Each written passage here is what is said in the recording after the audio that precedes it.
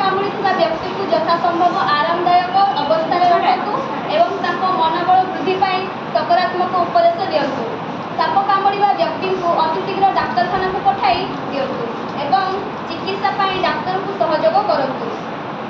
ସାପ କାମୁଡ଼ିଥିବା ବ୍ୟକ୍ତିଙ୍କୁ ବଚାଇବାକୁ ହେଲେ ସେହି ଅଞ୍ଚଳରେ ଥିବା ଡାକ୍ତରଖାନାରେ କାମୁଡ଼ିବାର 1 ଘଣ୍ଟା ମଧ୍ୟରେ ନିହାତି ପହଞ୍ଚିବା ଜରୁରୀ। ତ୍ୱରିତ ପଦକ୍ଷେପ ଏବଂ ସଠିକ ଚିକିତ୍ସା ରୋଗୀକୁ ବଞ୍ଚାଇ ପାରିବ, ତେଣୁ ସମୟ ନଷ୍ଟ ନକରି ଯଥାଶୀଘ୍ର ଡାକ୍ତରଖାନାରେ ଚିକିତ୍ସା କରିବା ଆବଶ୍ୟକ।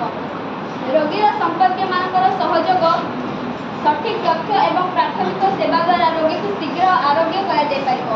ରୋଗୀ ଦେହରେ ଥିବା ଅଳଙ୍କାର ଇତ୍ୟାଦିକୁ ବାହାର କରିଦିଅନ୍ତୁ।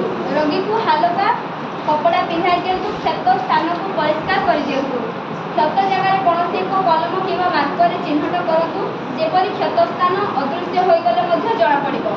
ପୀଡ଼ିତକୁ ଅବସ୍ଥାକୁ ନିରୀକ୍ଷଣ କରି ଉପଯୁକ୍ତ ଚିକିତ୍ସା ଓ ସେବା ଦ୍ୱାରା ରୋଗୀକୁ ସୁସ୍ଥ କରିବା ସମ୍ଭବ। ସଚେତନ ଆଉ ସତର୍କତା ହିଁ ସୁରକ୍ଷା।